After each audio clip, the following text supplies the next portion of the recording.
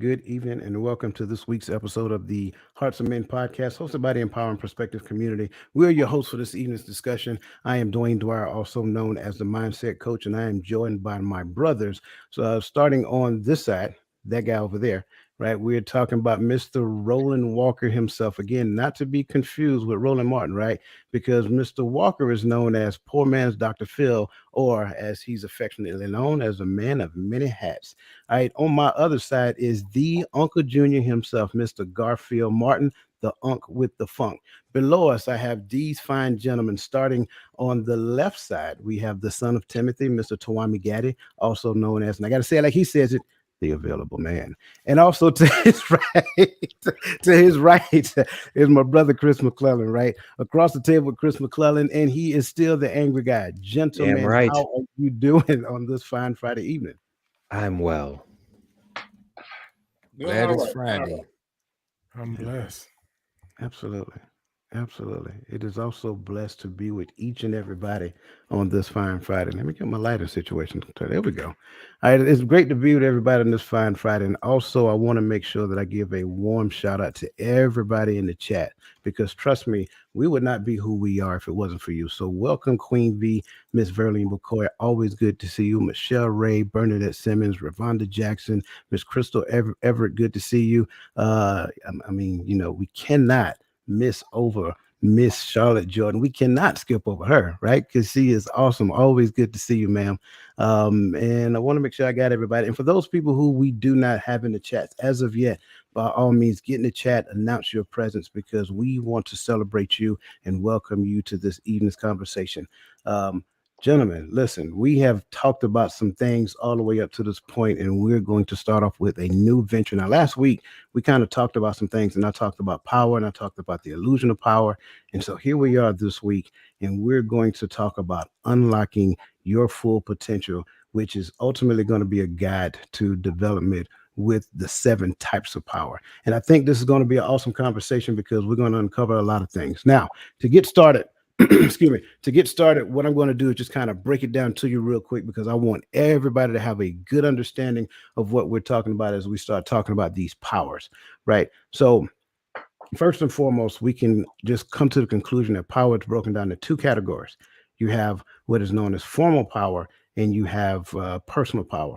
So formal power consists of legitimate power, coercive power, and also reward power. And when you look at personal power, you look at reference power, you look at expert power, you look at informational power, and you also look at connection power. And what we want to do is kind of break those down. And I am going to challenge these men, because I want them to take it and tie in parenting with leadership. Yep, I said it, parenting and leadership, because I believe that parents are supposed to be leaders. And I think some of the concerns that we may have encountered is that, unfortunately, and it's probably not by any virtue of just ill will or intent or whatever, but unfortunately, some parents don't have not matured into understanding how to flourish under that mantle of leadership. So that's really what this whole conversation is about. But before we dive into that, what I want to make sure that I'm doing is acknowledging our super supporters. Again, we appreciate you and we value you. So Bernadette Simmons, again, thank you so much. We appreciate you. And we want to make sure that we acknowledge that. Also, welcome MJ to the show and welcome Brianna Moore to the show. Again, good to see you guys and welcome. So, that being said, in this conversation of power, gentlemen, the first thing I'm going to drop in your lap is this reflective question. What pivotal moment or experience in your life that made you aware of the power dynamics at play in your personal or professional relationships? The floor is yours. I'll start. Sergeant Martin, 2002. All right. February I got promoted. Actually, it was April. April I got promoted to E5. I got promoted to sergeant. May I got in a fight. 2 months later, I was E4 again. Doing this the altercation or what happened was I got in a fight. It was me, it was my soldier, and it was two other guys. And what happened was there was an altercation between my soldier, who was an E4, and then who was a younger guy. Then there was two other lower enlisted guys that end up getting into a fight or altercation, whatever like this. So it was just talking back and forth, yada yada yada. And then next thing you know, push come to shove, and then there was a fight, and some people got beat up. And it wasn't a good, bad, or different. It was what it was. In that situation, I could have handled it better because I was the senior ranking person there and I was the non-commissioned officer. I didn't know until later on, sometime down the road, probably even once I made my E5 back, was that the power that I had was I could have easily diffused the situation because I had the stripes, and I could have said, hey, homeboy, a specialist, so and so, y'all need to separate, go to your corners, blah, blah, blah. That was it. I didn't have to do anything else because of the power that I had of my position. I had that certain amount of authority that I could have used to diffuse the situation, but I didn't know that. You know what I mean? And then I also learned the power of a pen. You know what I mean? In the military, you can really, you can just not destroy, they do it, but you have the ability to destroy someone's career with the stripe of, with the swipe of a pen. You know what I'm saying? So once I learned that, I didn't feel the need to yell and do all of these different things as a non-commissioned officer because I had the power. I had a pen. So if you don't do what I ask you to do or what the Army rules and regulations say what you're going to do, then I ain't gonna argue and yell with you. All right, you either do what I say. I can't make you do what you're supposed to do, but I can make you wish you would have did what you were supposed to do. So, like I said, when I got the power and understanding that I didn't have to do blah blah blah, and I can just use a pen, it was a game changer. I like that. I definitely like that, and I think most of the gentlemen on this panel can relate to that because it's probably something that we went through that actually closely relates. But I heard a couple of different types of power in there as well, and so as we're going to go through these conversations, I want everybody to kind of like identify not just the people on the panel, but everybody that's in the chat and listen abroad as well. So good point. Thank you for sharing that, brother. All right, who's next? I think for me, I, my first experience with said power in the military was a negative experience because when they found out, because when you first get there, they run you back and forth, and then you got to get out in formation. And going into the building, I was used to taking my hat off, and I left my hat on the bed, so I came outside. We in formation. I'm in W's. I'm in the back, so I'm exposed. I ain't had no cap on. So they come out there. They like, "Where you from, private?" Yada yada. And I told them I was from Detroit. So they started picking at me right then because I was from Detroit and didn't move like them. So I'm like, okay, cool. So they saying stuff and I still had that tongue. So I'm saying smart stuff back, not thinking. And then one day when I was sitting there reading that little book they tell you to read, I'm sitting on the floor reading. Drill sergeant walked by, he see me on the floor, and he said, "What you doing, Private Walker?"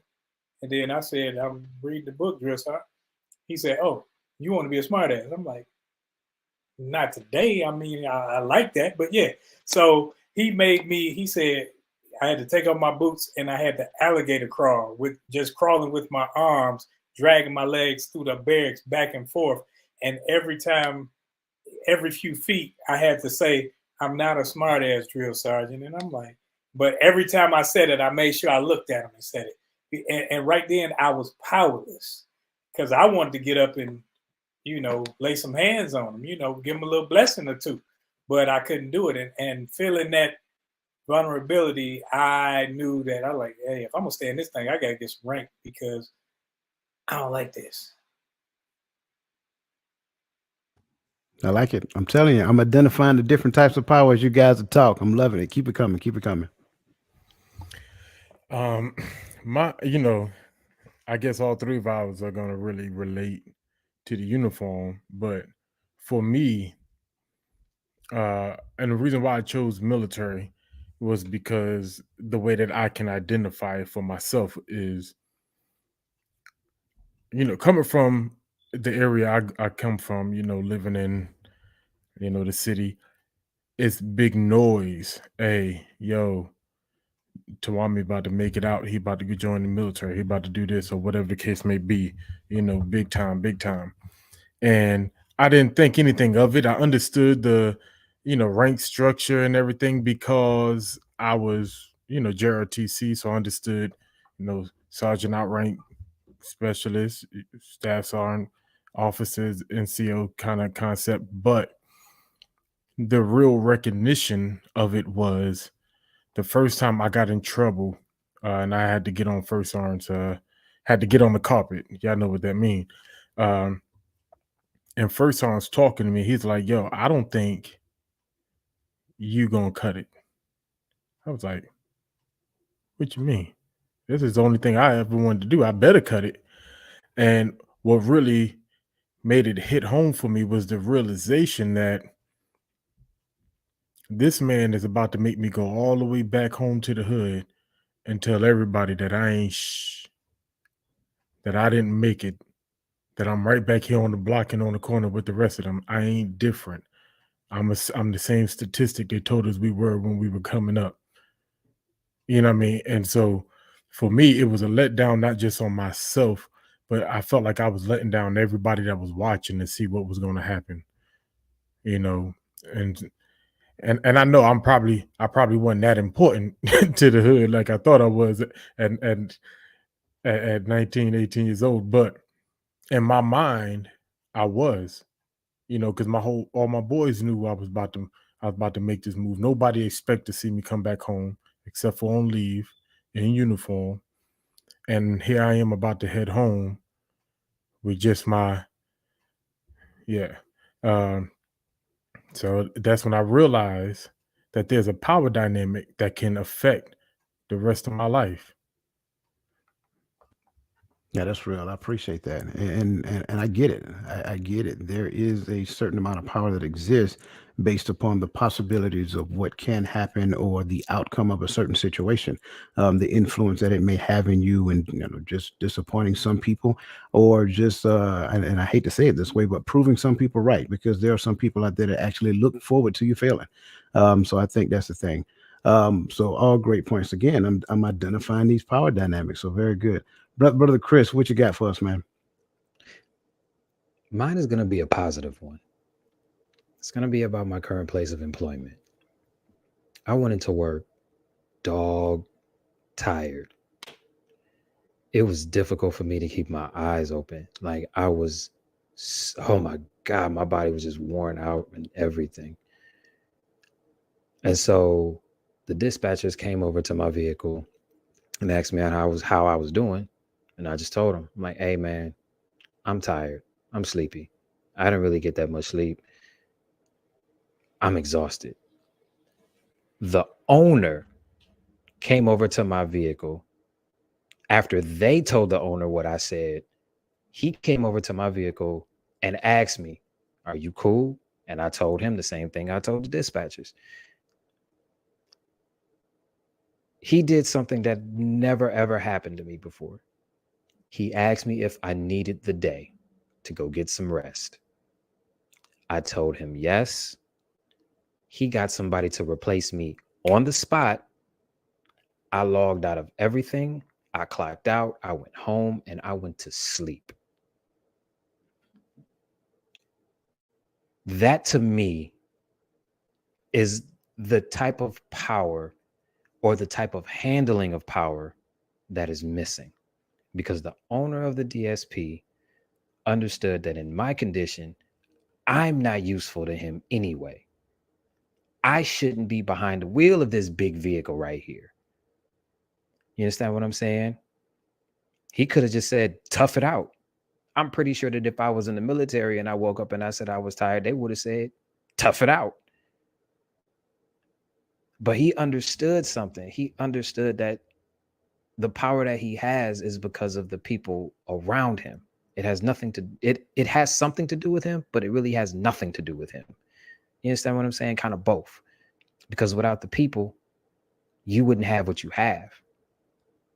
And I understood that I had a little bit of power by simply being honest and opening my mouth.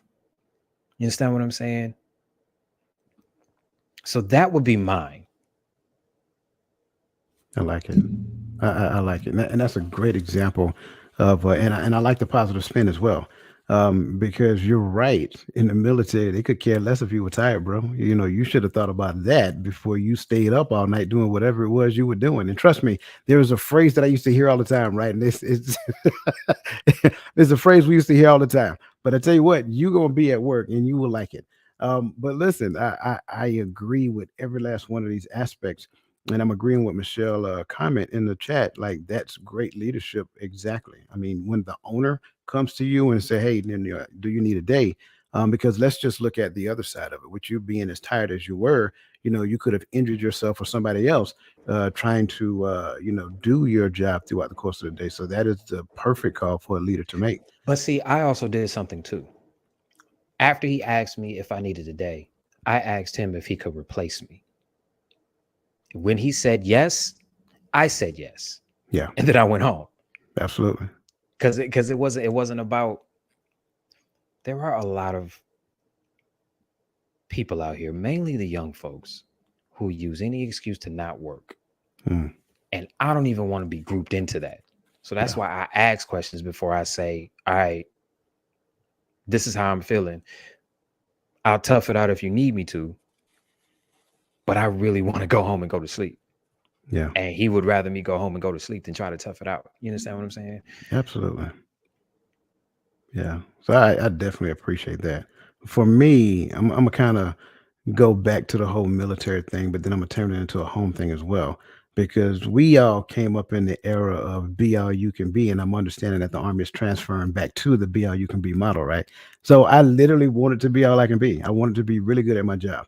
And it was so bad that I would look at people and model the behavior that I thought was positive, and then look at people to the behavior that wasn't positive, and I would be like, no.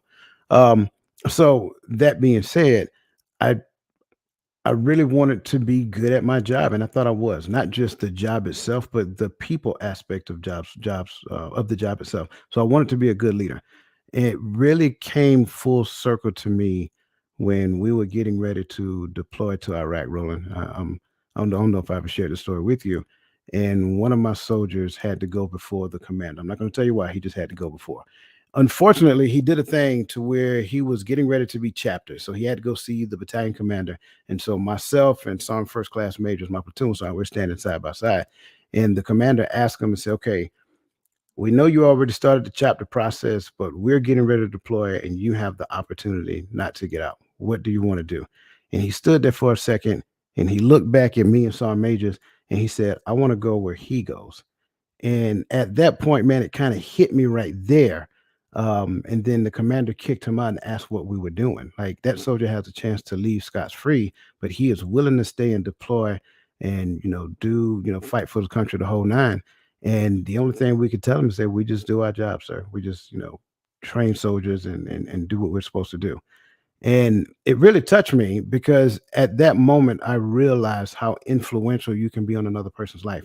A leader can be over another person's life. You know, if you just do the right thing and take care of them, it really it really shows like what can actually happen. Right now, transition. I'm the same dude that couldn't get his kids to clean his room, so it's just just one of those things. And it's like you got to keep reminding them and keep reminding them and keep reminding them. And I know every parent that's under the sound of my voice right now understands exactly what that is like. So that's kind of like the aspects that I want to look at from my perspective, when it comes down to my personal moments of personal, my moments of personal and professional relationships in the aspects of power dynamics, because it is that vast of a thing. And what I really want to do is kind of dive into this conversation, both feet. But before doing so, I want to make sure I acknowledge everybody who's in the chat. I want to make sure I didn't leave anybody out. Miss Teresa Austin, welcome and thank you so much for continuing to be a super supporter. We greatly appreciate you. And I think I got everybody else. So as we press forward, um, we're talking about the 7 types of leadership power. Again, we're going to tie them together from a leadership or work aspect to a relationship and family aspect as well. And I mentioned before, first, there are there are two categories, right? You got formal and you got personal. So we're going to focus our energy and conversation right now on formal power. And remember, there are 3 types of formal power. You have legitimate power, you also have coercive power, and you also have reward power. So first, legitimate power. I will put this up here and I'll just kind of make it make sense in its entirety. So legitimate power is the power that comes with a formal position or authority. A person with legitimate authority receives recognition because of their job title or assigned position. For example, if you are a team lead, your team members will comply with your request because they accept the legitimacy of the formal power assigned to you as a leader. With that being said, what I want to do is kind of throw this question on the table real quick. What are some of the challenges that leaders and parents face in maintaining legitimate power? Some of the challenges. So I think one of the challenges that I may see, whether it's a parent or whether it's on a job, would be you always setting the example. Because sometimes I just don't feel like being right. Sometimes I just want to let my hair down or not be the person, the role model in said instance. But I know that in the workplace, if you're in charge of people, you have people looking at you just like at home, you have people looking at you. So you can't be the slacker when you're in leadership. And if you are, it'll show and you won't be leading for long.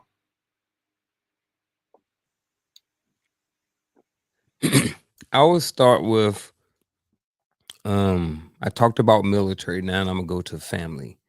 Coach started talking about it, but I'm gonna go a little bit deeper. He started talking about the different things in the military, but you can't get your kids to clean their room. I've guilty, guilty as charged. Similar. Me and Coach have a lot of similarities in our background with passes, which is crazy. So here's another one. I would say one of the challenges that leaders and parents face in managing and maintaining legitimate power is managing conflicts in the house. Last night, me, my wife, and my 2 younger sons, we had a powwow last night, and it went well. And sometimes, everybody's good in the house, you know what I mean? But it hadn't always been that way in every relationship or whatever that goes on in the house. Sometimes people, they butt heads. Sometimes people are transitioning, they're going through different stages of their life, especially when you have teenagers and everybody doesn't necessarily get along. And then as the leader, just like last night, I'm playing different roles. I'm the husband, I'm the head of the house, I'm the father. So you having to wear, like Roland, the man of many hats. Fathers and parents have to do the same thing. And when there is conflict or chaos going on in the house, you have to be able to be somewhat effective or efficient in being able to manage the different conflicts that go on. So I think that managing conflicts is definitely a challenge.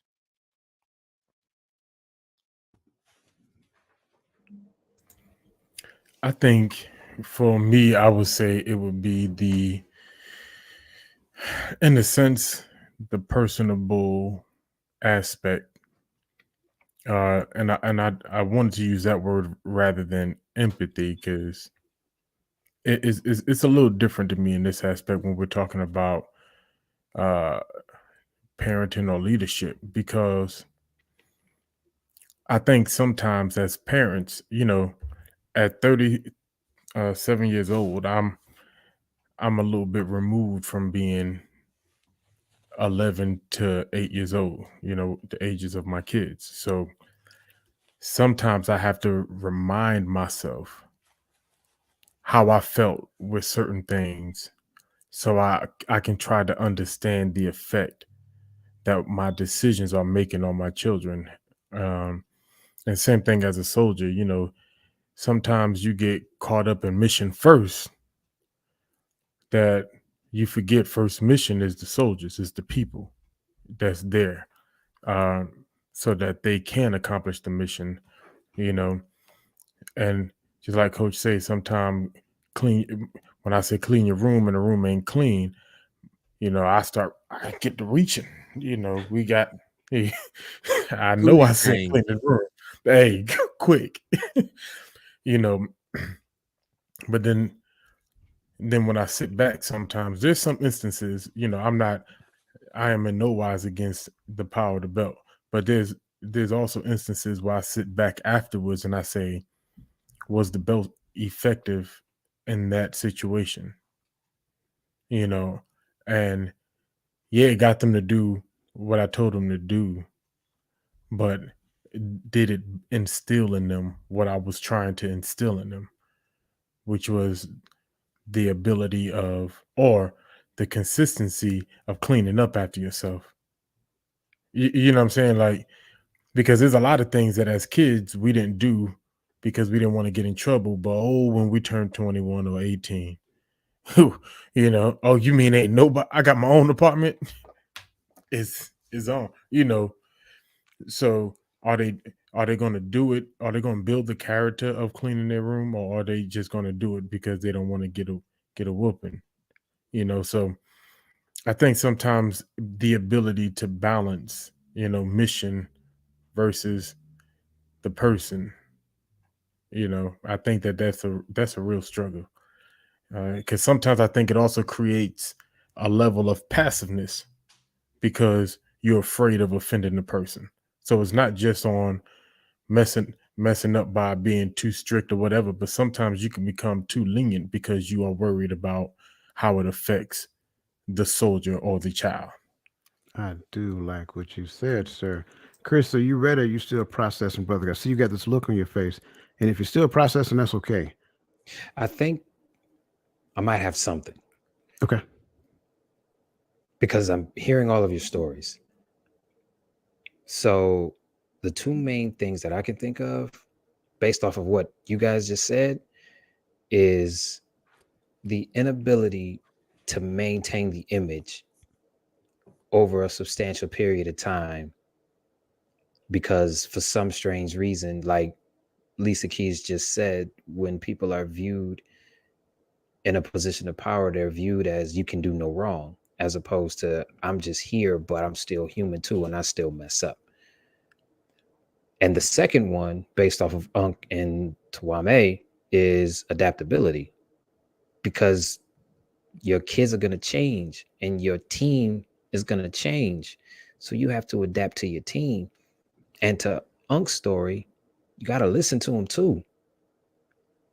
So I guess one of the major challenges would be learning how to be that authoritative figure and learning how to facilitate and empower your team or empower your kids, because without the team there is no team leader. You cannot have one without the other, and the team comes first before there is a leader. So that's just what I'm getting out of it. Okay. I like it. Now let me because this is the point that I wanted to bring to the table with this question. you guys heard me mention before that parents have to be they have to be aware of when their child hit those transition gates. So every child go from this phase of life and then they hit a gate, then they go into another phase of life and things of that nature. So it's not that they never had legitimate power in the beginning. They've always had legitimate power just by virtue of being the parent.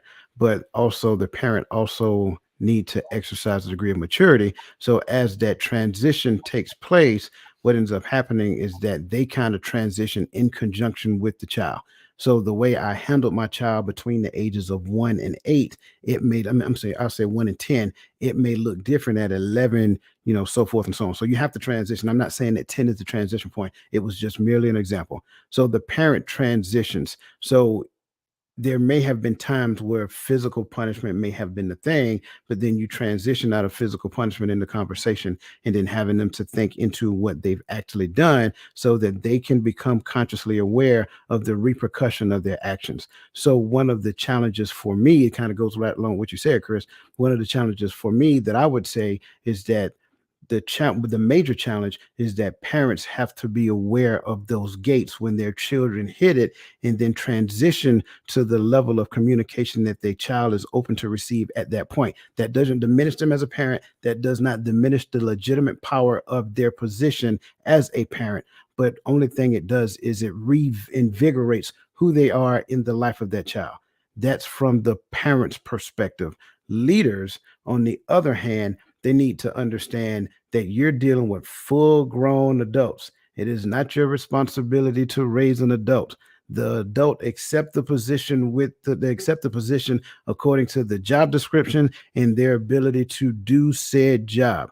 Therefore, leader, your responsibility is to ensure that you challenge your subordinate and pull the best of them out, the best version of themselves out during the scope of them doing their job. So if you cannot do that, what you'll find is that the employee gets bored. The employee starts looking for other means of other means of employment, and also if they look at you, not necessarily believe that you are one of those leaders that should be in leadership position, they will start to challenge the respect level that your position is requesting of them. So I think when we look at this, legitimate power is a thing that if I'm being completely honest, it doesn't necessarily come from the person. It comes from the position, but within the scope of that position, there is an awareness that takes place that this power exists on both ends, and how you exercise that power in the direction of your child or your subordinate is one thing.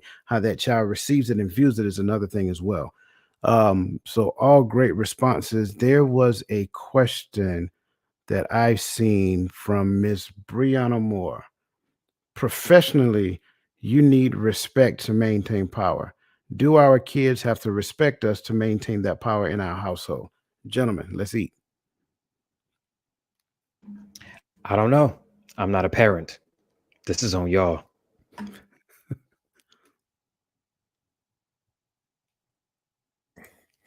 I would say when it comes to children, and it's just me, you got some older parents on here. I'm the baby parent, right? But for me, I believe that you have no power without respect. At that point, you have fear, and that's and I think when it comes to fear, I don't know if that's true power. Because at that point it's manipulation, right? You manipulate people to do things out of fear, but respect is you get people to do things. It's not coercion, but you, not to use the word, well, they like to tell us don't use the word leadership in the definition leadership, but it's, you know, you're able to lead them into doing things, right? So I think that's a difference, because on the job, a little bit of fear might actually be a thing, because I'm more afraid of losing my paycheck than I am of telling you where you can go and how you can get this. I think when it comes to kids, as they get older, it has to be a respect thing.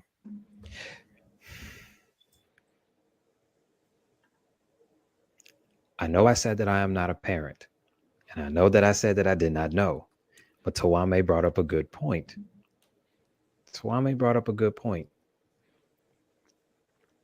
So, and if I'm understanding it correctly, there are going to be different levels of how you show respect as the child grows. Am I correct? Okay. Well, then the respect aspect of it wouldn't be respect me because I'm mama or respect me because I'm dad.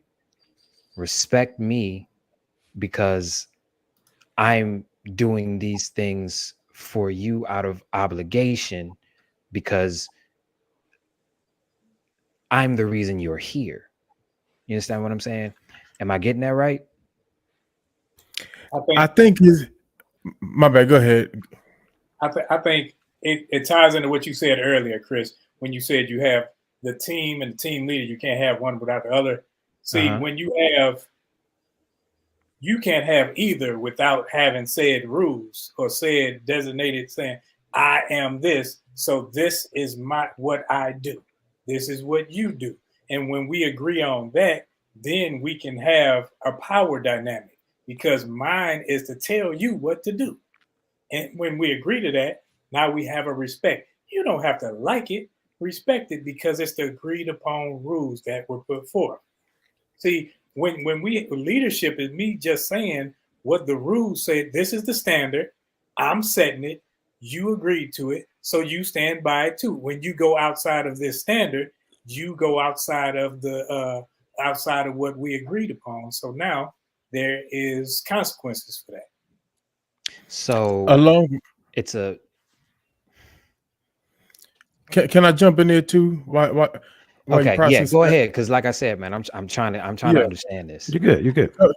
because and I'm seeing it now because I got these great older parents. By older, that their kids are older than mine. They're not old men. They're wise.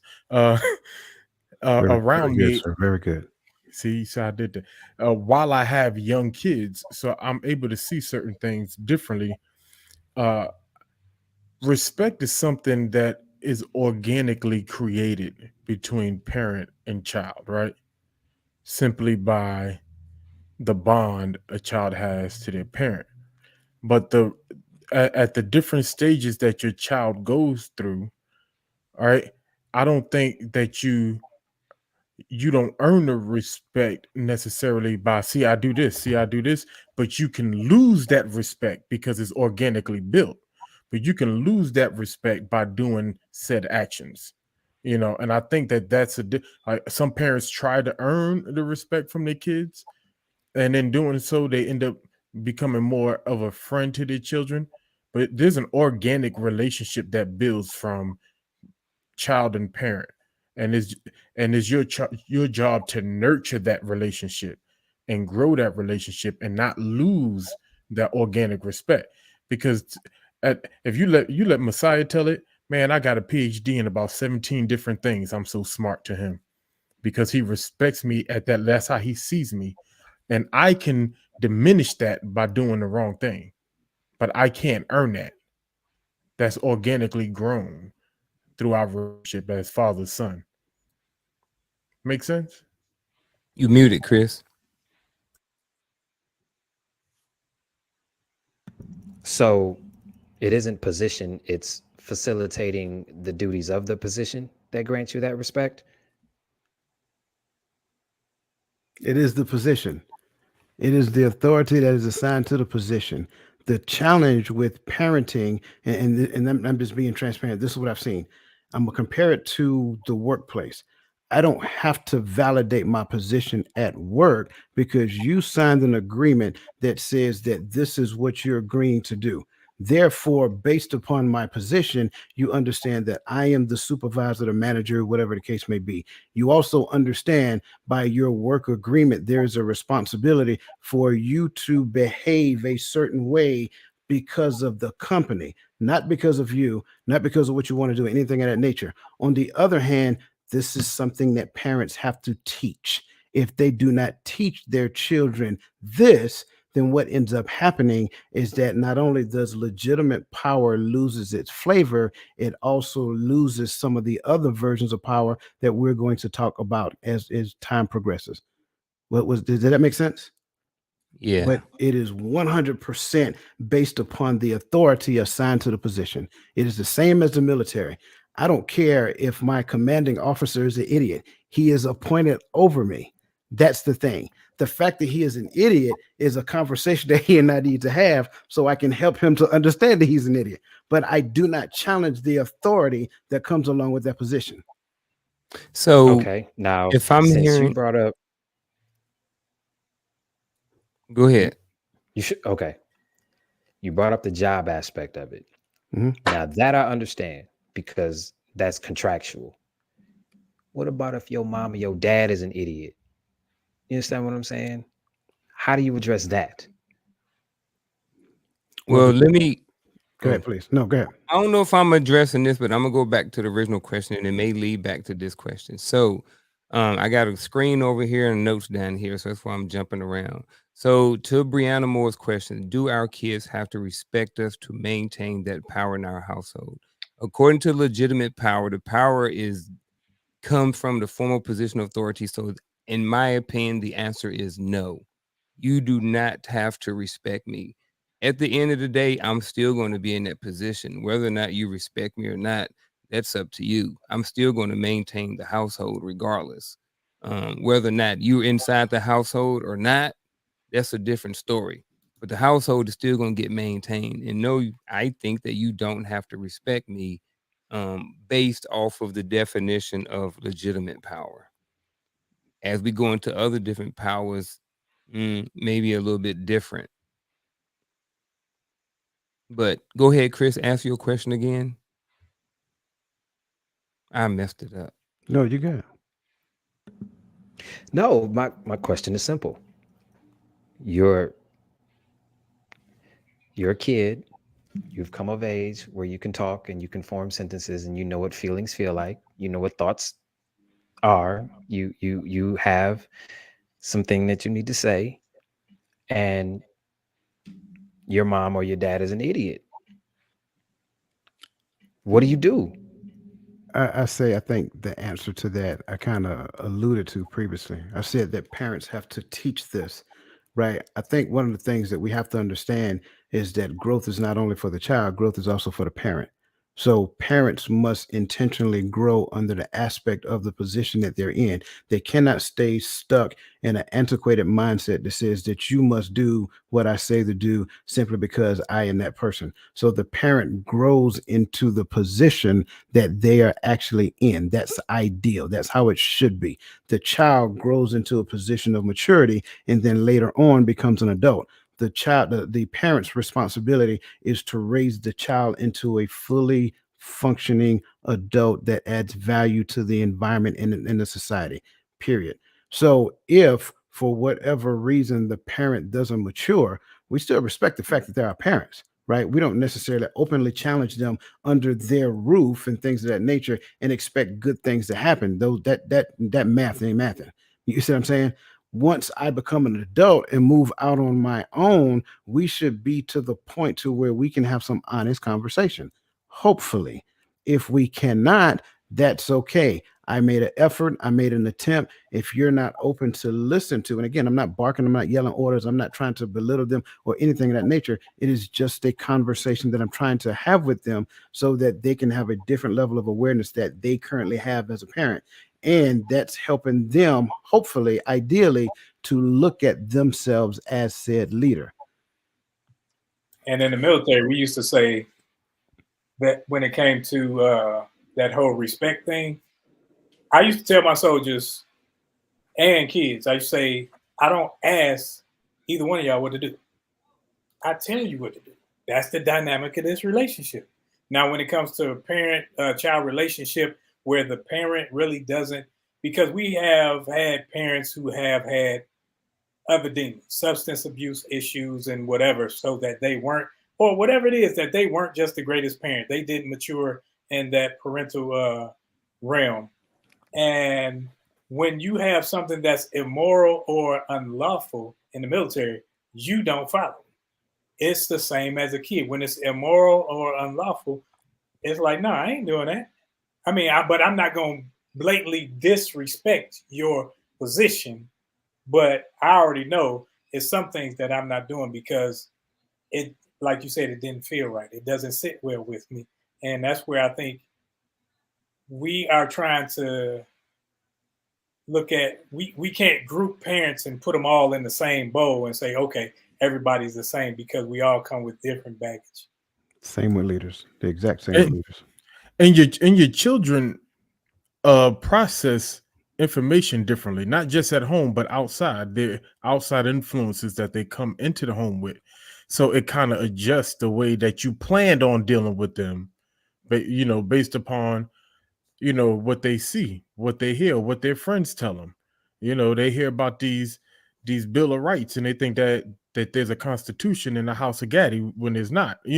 Like so sometimes they get that confused, and so you have to teach them. There's only one bill, and that's the bill that I pay, and you don't pay any. So I there didn't go see your. the House of Caddy in the Game of Thrones. Oh my God, here we go. Listen, listen, so this is what I was talking about right here. Right. So Michelle, she brings up a good point. I believe a challenge is being open to others' perspective and ideas. So this is the thing where parents have to mature. Like, you don't always have the right answers. You also have to listen to what your child's saying so that you can understand life from their perspective as well. That's how you get to the point of understanding some of the challenges that they're experiencing. Let's be honest. I was born in 73. The challenges that kids are, experiencing now, they look different than what it looked like in the 80s and the 90s.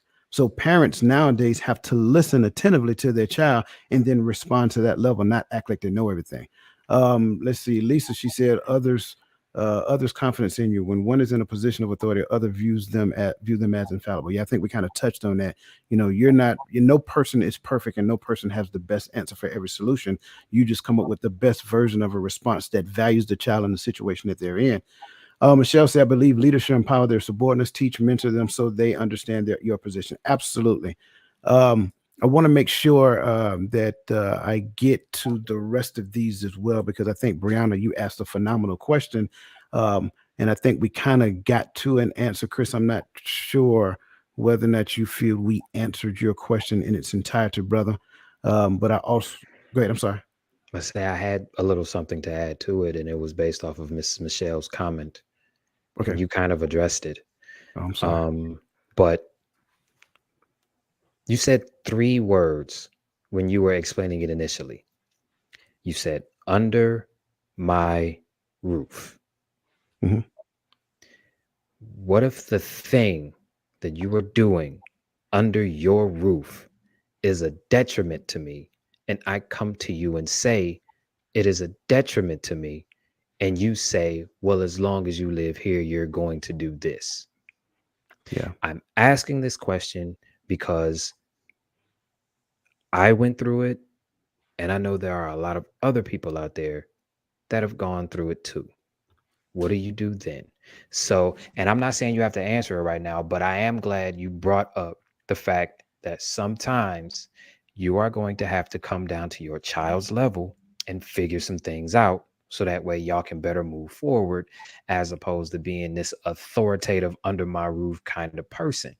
Sometimes your sometimes your children have something to say. And to be real, it might be something that changes your thought process too, because that kid might say something that you was missing when you was coming up that you always wanted. Yeah. You understand what I'm saying? Can I say something right here? This might start off sounding controversial, but just feel me for a second, right? Because just like no leader's perfect, no parent's perfect, and I get that some parents are just terrible, right? But I remember as a soldier, I've had some great leadership, and I had some leaderships that I just rather jump off a bridge than follow, right? They were that bad, right? But at the end, I had to follow with the understanding that in 18 months there's going to be a change of command, and they got to go, and but what it did was it shaped me. My good and my bad shaped me as a leader. And I go to say this, right? I don't, if the kid, there are cases that the answers are always different. Of course, the answers are always different case by case, but even in that situation, I have learned in life that I can't write your story. And there's no answer that can go back and rewrite the story of another child. But what I can tell you is that today you bring a different value to a dynamic of brothers that I don't think you would have even come close to giving to this group if it wasn't for even the bad, because that bad has shaped you into the passion that you had. And I'm not just talking about just Chris, but all of us. Sometimes we get so caught up in how bad a situation was, but if you made it out of that situation, it has shaped you to bring value to every situation you are in, whether it's work, whether it's relationships, whether it's conversations, whether it's leadership. You have to learn how to even take your bad and realize how it has made you, and relish in that and grow in that. And you know what? You may not have been the best parent, mom, but thank you for making me who I am, because I'm better because I made it. And that's not to sound, too churchy or whatever the case may be, but that's just real. I think in other shows I done shared a little bit of what I've gone through, but I cannot take a look at my life today and say that I am even close to who I am if I hadn't been through what I've been through. So It is good for me that I have been afflicted, that I might learn thy Yes, sir. statutes. So to your question, sir, I think I may have touched it earlier, right? So if and I want to make sure I'm clear again, we must grow with our children, right? It is imperative that each person, parent and child, grows, right? Parent can't stay complacent and just work and then just come back with the same mindset. If the parent does not accept the feedback from the child, hopefully the child has a relationship with auntie, uncle, whatever the case may be, so that they can actually talk to them. And then hopefully the brother and the sister can talk to the parent just to kind of help them understand what the child is trying to express to them that they may not necessarily be listening to attentively. That is an outlet. It may not be the most perfect way to handle a situation, but it is a way. I think all of us know the worst way or the worst case scenario in that situation, to where we get another outside entity to come inside the home and remove the child. That's not ideal. Ideal is that the parent needs to make sure that they keep what the best interests of the child within their purview, right? The goal is to raise a healthy, functioning child. I keep stressing that piece because it's not that the child is there to serve the parent. I want to make sure I say that, but I want to make sure I keep it in context, right? The parent actually serves the child. The leader in an organization is a leader because of the team. So the leader serves the team. The leader provides resources in order for the team to function fully within the scope of their work. The parent provide the resources for the child in order for the child to mature, grow, and turn into a healthy, functioning adult. Uncle Junior gave a perfect example based upon the conversation he had with his family, and then he kind of shared what the result of that conversation turned into. I think that's the best way to look at it. There aren't, and Brother Gaddy said it. There's no such thing as perfect parents. There's no such thing as perfect children. There's no such thing as perfect employee. There's no such thing as perfect leaders. However, it is our responsibility to be the best version of who we are supposed to be within the scope of the thing that we're supposed to be doing. Go ahead, Roland. I'm sorry, brother. I think to address this question that's still up here, because we've all been deployed. Well, most of us have been deployed, so we know what it's like to be gone for a year, over a year, whatever time frame is. Come back to a home that was still running, and kids are still active. And when you come back, what I used to have to tell myself is that I can't just come back and think, "Oh, I'm in daddy mode," because daddy ain't been here running things. Daddy wasn't here. So now I got to learn what the systems were. I got to see, okay, what's the environment now? Now I got to step in where I need to step in as a man. Like if the grass 2 feet tall, I got lawnmowers and I got young teenagers in there. It's a problem. Now daddy got to step in and I got to give some masculine energy and influence. That's part of my leadership. But I just can't come in barking orders because I just want to bark orders because it's not moving how I wanted to move. or bills aren't paid how I want them to be paid. And that's what we see in the military system a lot of times, where the people come home from being overseas and everything. Then everything has been running, she's been running smooth, and you come in and just wreck everything because you the man. No, don't work like that. If it's a team effort, she's been running it. Hey, she was the quarterback. You got to play backup for a minute and get into the swing of things where the family structure now revolves around you. Absolutely, absolutely. This is my brother Dan Scuba Fox. Dan is an awesome guy, phenomenal leader. One of those officers in the army that I was talking about, right? No, he's not the idiot though. He's an awesome guy. I mean, great leader. John Maxwell guy as well. He is also a scuba instructor.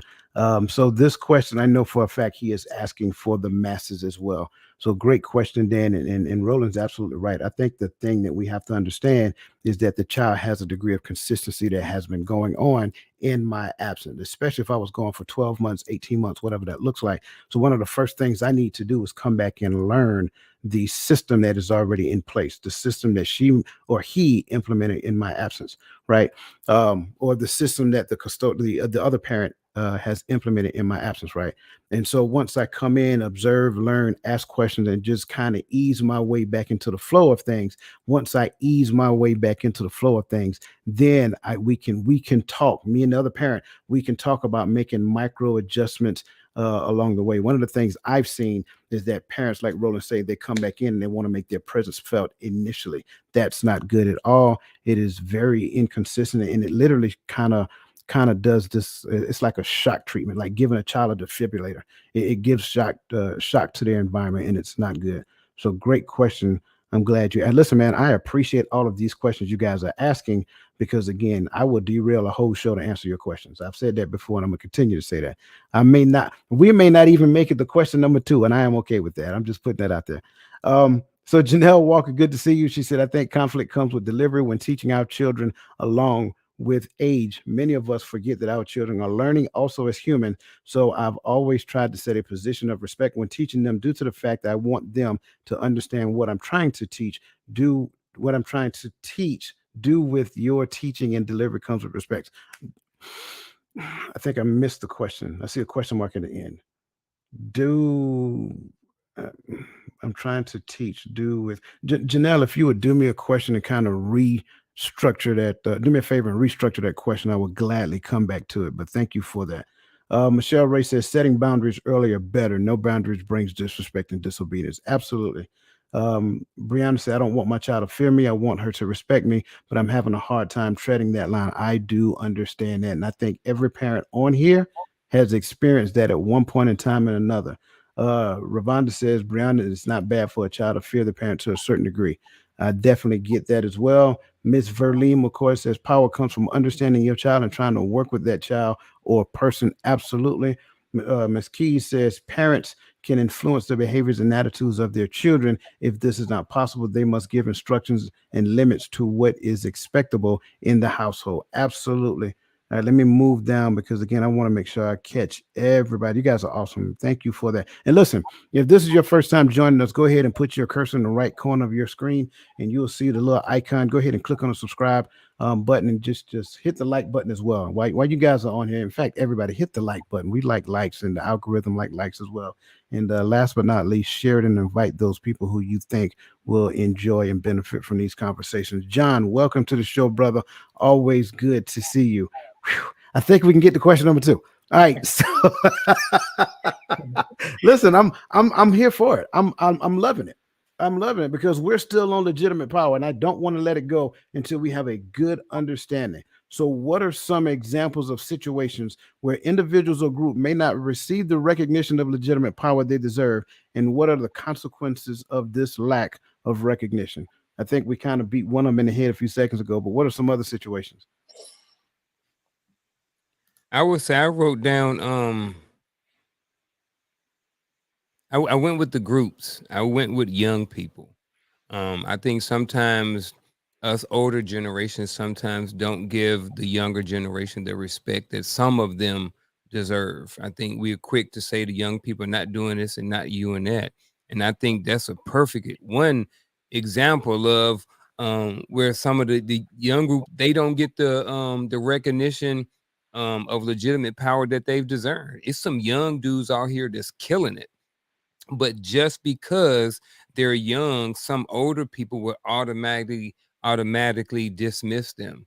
You know what I mean? We had a conversation at the end of last year, and that was one of the things that we talked about, was that sometimes the younger generation, they're doing it and they're grinding, they're doing it, but they're just not doing it the way we do it.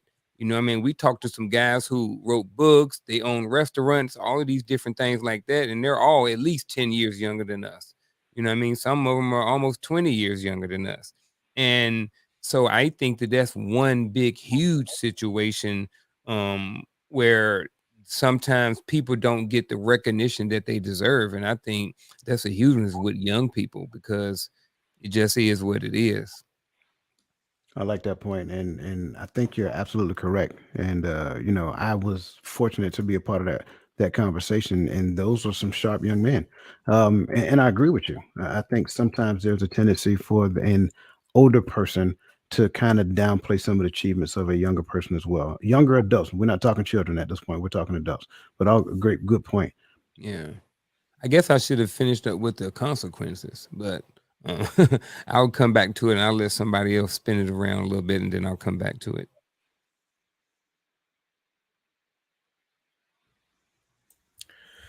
Oh man. Wow. It's funny. What's his name? Dan Scuba.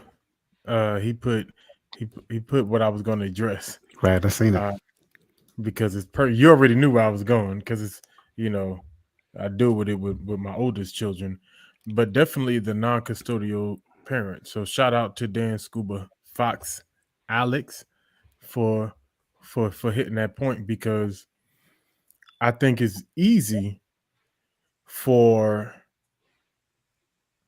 the other parent, when you're in a split home and a non-custodial parent, it is easy for the custodial parent to make the non-custodial parent seem obsolete when it comes to power, influence, or any type of authority, because a lot of us don't think so, but your children, especially when they get a little bit older, in the 8 up age, they understand, because they know when you are undermining the non-custodial parent's influence in this relationship. So I think I think that's a dangerous one, and the consequences comes in. There can be multiple consequences. One, when you need that custodial parent to step in, that child has lost all respect, because you've shown that child that they don't need to have respect for that other parent. And I know there's parents out there that are going to listen to this and say, but I tell them don't disrespect their daddy, or I tell them don't disrespect their mom. You could tell them whatever you want to tell them, but they see what you do, and they hear what you tell your girlfriends on the phone. I'm sorry. I'm trying not to put on my Chris impersonation on this one, but but we hear it all the time, man. And so the consequences, one of them can be you cause that child to have disrespect or disregard for the other parent, whether it's their mother, their father, and we do it all the time. And then the other part I think should be obvious, but it's not obvious today, is that the Most High don't make mistakes. So you can say what you want about whatever you want to say, but there's a reason why there are two parents in a home, biologically, naturally, and I understand that there's reasons sometimes why there's not two in your home, but for the masses. And so the child loses out on something when they don't have mommy or daddy constantly in their life and influencing their life. And that lack, sometimes the child starts blaming themselves. Am I the reason why daddy left, or am I the reason why mama left, or whatever the case may be? And they feel like they're not good enough for the other parent to stick around. So those can be some of the consequences. And I understand that there are ways to work that. I let Coach jump on that now. Back out. Why you want to leave it to me to jump on? So I want to make sure I'm clearly understand. Go ahead, Roll. I'm sorry. I thought you had your hand up. thought you was like you next. No. I was, but he kind of threw me out there in the street. But go ahead. You can go ahead, sir. Okay. I think I go on the other side of that because you have parents who don't really parent, who don't really hold their responsibilities to their heart and do their job, where they allow other people, other substances, other things to dictate how they raise their or fail to raise their children. Yet then they say, I'm the mama, I'm the daddy. Well, if you were this, then we wouldn't be in this situation. And that's one of those things where, whether it be drugs, liquor, men, women, whatever takes you away from your parental responsibilities can lead you astray. And then you come back and acting like you're supposed to be the top dog in the house. It's like, come on now. Ain't nobody looking at you like top dog. They looking at you like you trash because that's how you are taking your responsibilities as a parent. Is it possible for that this person that you speak of also be the person that he spoke of that prevents the non-custodial parent from being a part of that child's life? Yes, possible. Same. So when you threw me out in the street, that's where I was going to go with it, right? I'm okay with being thrown out in the street, by the way. So yeah, I agree with you. I think Dan, thank you, brother. The non-custodial parent, it is a challenge. Let's be completely transparent. Custodial or non-custodial only means that the relationship between the parents didn't work out. That doesn't make either one of them lesser of a parent. I want to stress that piece. It doesn't make either one of them lesser of a parent. For whatever reason, I think we've confused proximity with parenting. Parenting and proximity is not the same thing. I want to make sure I'm stressing it. I'm going to say it one more time for the people in the back.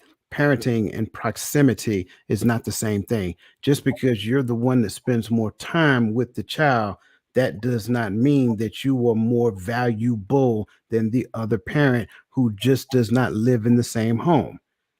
I like to make sure that that's clear. Here's another thing that I believe is something that we need to adopt. Parenting should be a joint venture.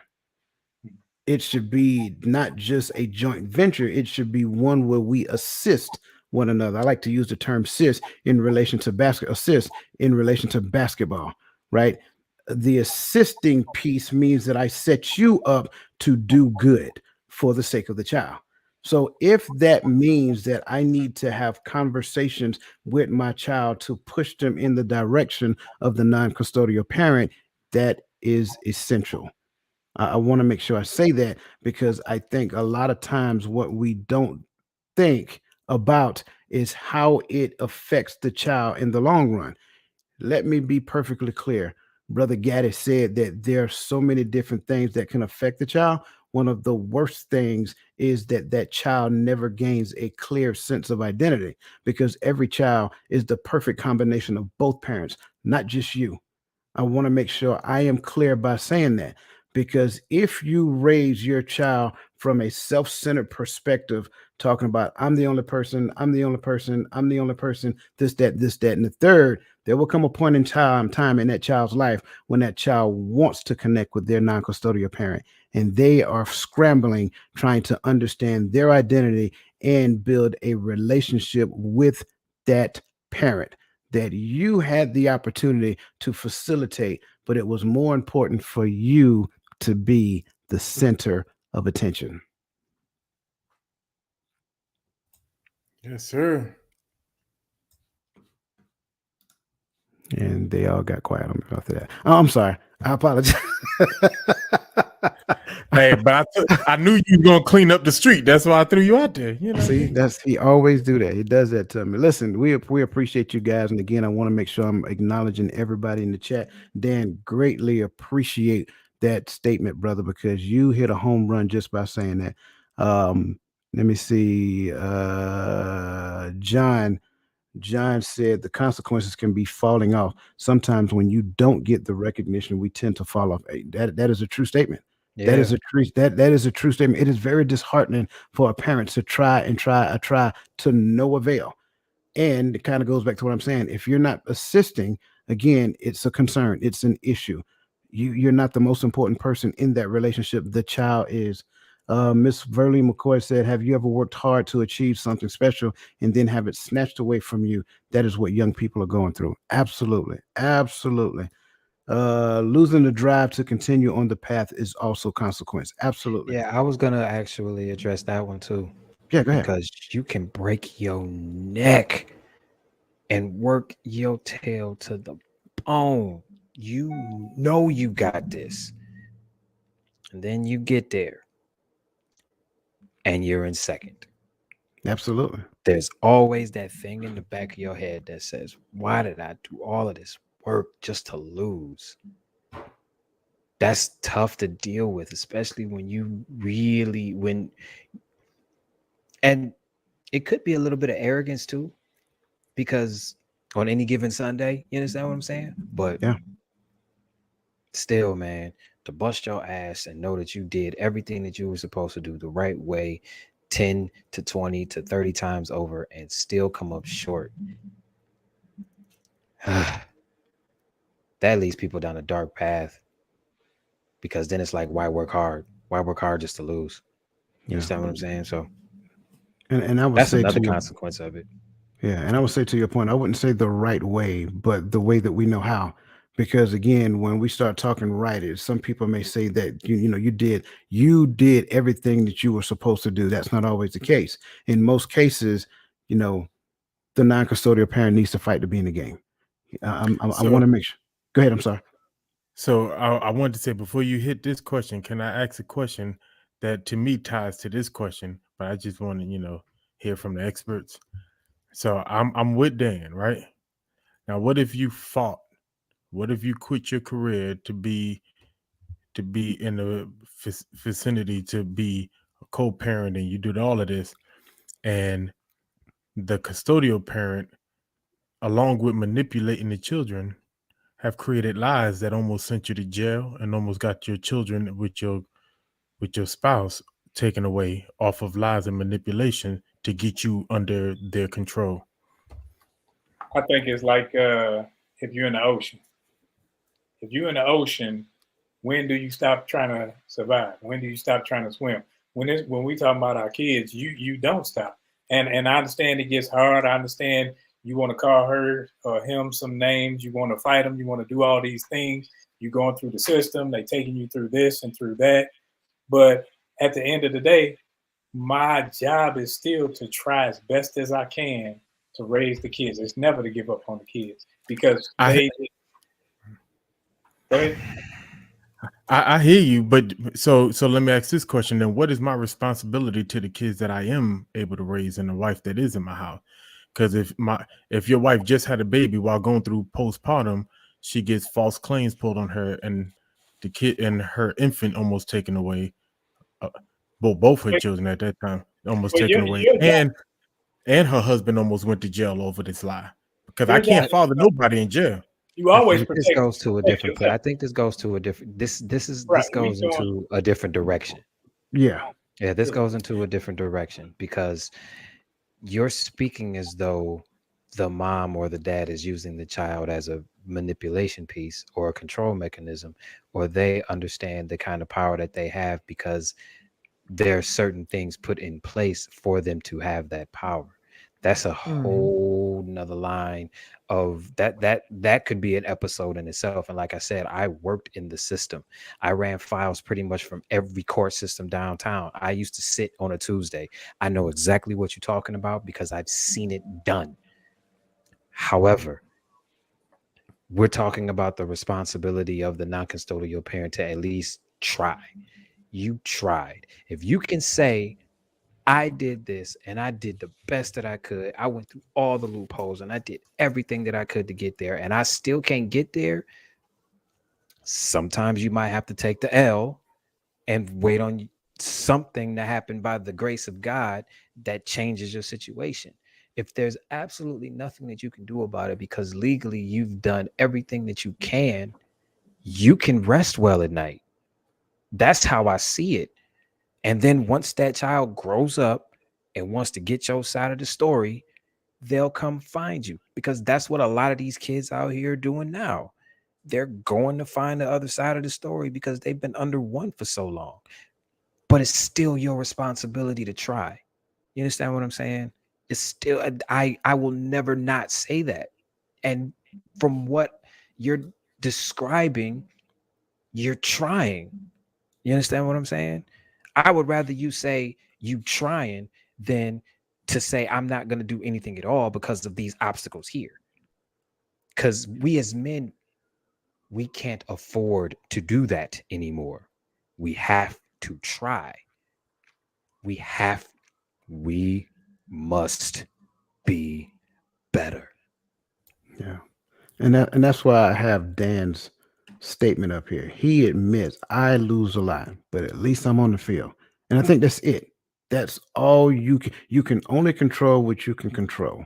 And I think that's the concept behind understanding these different types of power. And that's why I wanted to compare it from family dynamics to the workplace. It's easy for us to conceptualize it in a workplace dynamic.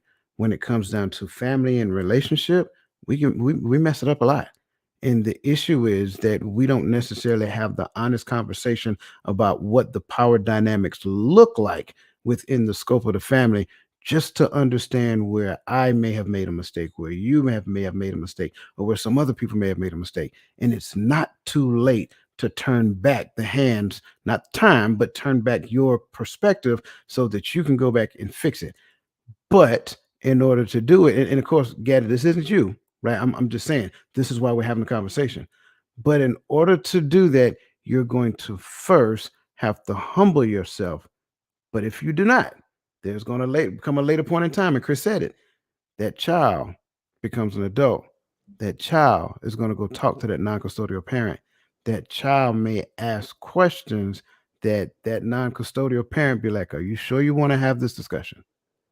Because I don't want to badmouth, because again, we are joint through you. I don't want to badmouth the other parent, but what was the conversation about? Because I want to make sure, I need to understand this. But what you have to understand is that you have to be honest. Everybody's going to have to come to the point of honesty on one side or the other, and that's the key. So great question. 555, book a session with coach. No, I'm joking. But but that is a great question. That is some, and I'm not making light of it, because there are people out there who experience the worst version of a situation. It is so mind-numbingly egregious that when we talk about it in a normal setting, people's like, "Oh my God, how did you ever make it through that?" Go ahead, Roland. I'm sorry.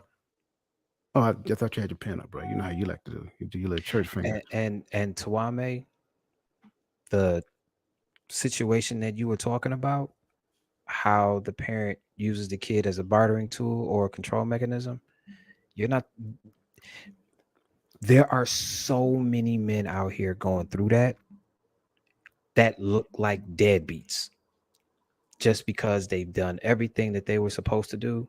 They tried, and there was still something in the way. So they just stopped. You understand what I'm saying? It's not that they don't want to be there. They're just tired of fighting to do what they were supposed. They're tired of fighting to do what they're supposed to do. That's really what it is. And to your point, when they get older and they go seeking the truth, they turn into me. We do not need more me's out here. We do not need more men out here that are later on in their years trying to figure out some stuff that you should have taught them 10, 20, 30 years ago. We don't need any more of them. Yeah, great points. Listen, I want to thank each and every one of you. I want to thank these gentlemen on the panel, man. I like the transparency and the openness and the ability to dive into a lot of these things that we're talking about. And I also want to thank everybody in the chat. Thank you for your questions. Your questions have been phenomenal. And again, I mean, you know, I'm that person. I will say up front that I will derail an entire conversation to make sure that we get around to answering your questions. And I don't think that on either side you guys were disappointed. If we weren't disappointed by your questions, and I hope that we weren't disappointing by our responses. However, that being said, this is at that point, this is the bittersweet moment of the show where we start to transition into our final thoughts. And so, with that being said, we get to turn it over to the youngest brother minister on the platform. We're going to turn it over to Mr. Tawami Gaddis so he can actually share his final thoughts. I was trying to connect my keyboard because I didn't get to throw a song in the conversation today. And I wanted to leave y'all with it. I'm joking, coach. But this conversation kind of took a turn, and I'm not sure if coach had it orchestrated on purpose, but it took a turn to where it was actually encouraging in a lot of ways. So with that said, I don't really have much to say for my final thought today, but keep on encouraging each other, keep on encouraging yourselves. Like I think it's really important. I love community. I love brother and sisterhoods. I think we should always intermingle. Like if you're not on the Facebook Empowering Perspective, hop on it, and we just need to be encouraged, man. And just know that every day is a fight to get better, to move forward, to learn more, so that we can keep doing great things in this community. All right. Bless you. Legitimate power in some form is in most of our lives. We're either in authoritative position or we're in some sort of a subordinate position. If you're in the leadership position, it's okay to understand that with legitimate power, it's not always easy. It comes with a lot of skill, it comes with a lot of effort, it comes with a lot of trials and errors. Being in any type of leadership position can be challenging, and like I said, it takes a lot to be effective at it. And most people don't necessarily learn how to be a leader overnight. I think sometimes there are born leaders. I also think that there are people who have worked and experienced a certain amount of things and learn enough information to become effective as leaders. So as we were talking about legitimate power tonight, I just think that it's just important that we all understand that legitimate power, along with the other power that we're going to get into it in the future weeks. So make sure you stand by and tune in. Is that it takes a certain amount of learning and continual learning to be effective when it comes to power in general.